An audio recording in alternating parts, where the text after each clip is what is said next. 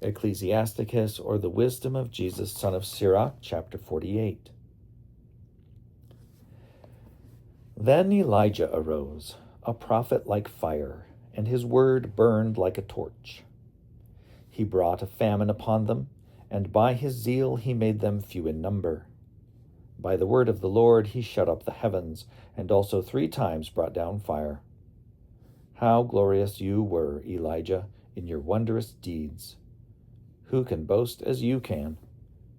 You who raised a corpse from death and from Hades by the word of the Most High, who sent kings down to destruction and famous men from their sickbeds, who heard rebuke at Sinai and judgments of vengeance at Horeb, who anointed kings to inflict retribution and prophets to succeed you, who were taken up by a whirlwind of fire in a chariot with horses of fire, who were prepared at the appointed time to calm wrath before it breaks out in fury, to turn the hearts of parents to their children, and to restore the tribes of Jacob.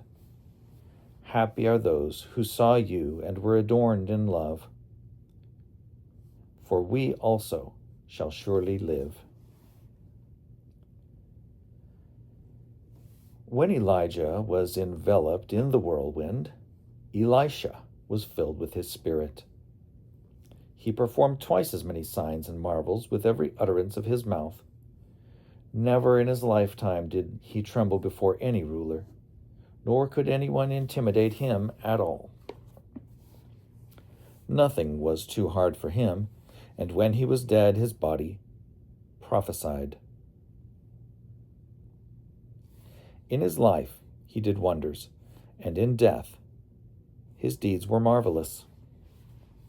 Despite all this, the people did not repent, nor did they forsake their sins, until they were carried off as plunder from their land and were scattered over all the earth. The people were left very few in number, but with a ruler from the house of David.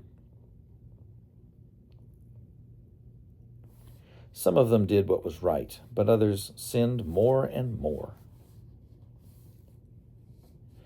Hezekiah fortified his city and brought water into its midst. He tunneled the rock with iron tools and built cisterns for the water. In his days, Sennacherib invaded the country. He sent his commander and departed. He shook his fist against Zion and made great boasts in his arrogance. Then their hearts and hands were shaken, and they were in anguish, like women in labor. But they called upon the Lord, who is merciful, spreading out their hands toward him. The Holy One quickly heard them from heaven and delivered them through Isaiah.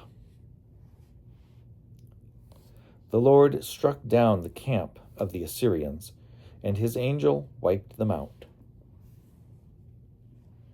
For Hezekiah did what was pleasing to the Lord, and he kept firmly to the ways of his ancestor David, as he was commanded by the prophet Isaiah, who was great and trustworthy in his visions.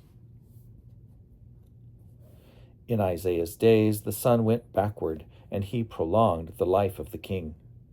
By his dauntless spirit he saw the future and comforted the mourners in Zion.